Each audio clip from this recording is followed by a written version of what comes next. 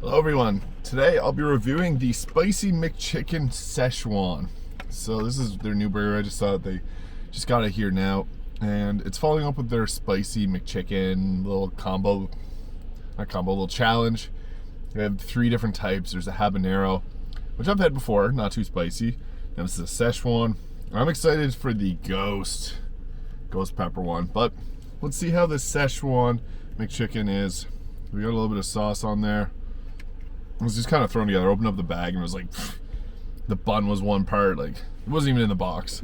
But I'm excited to try this one out, and hopefully it is up to the expectations. So without further ado, let's get into it.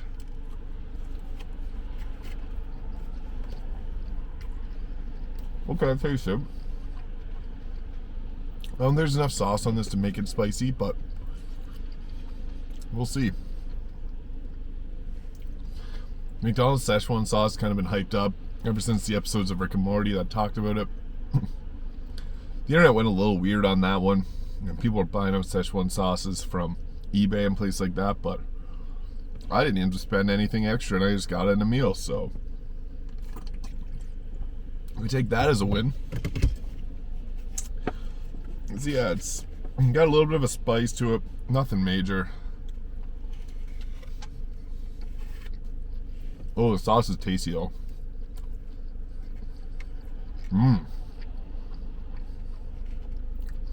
I like Szechuan sauce. A little spicy, but not really that spicy. Just a little bit. That'll be my last bite there.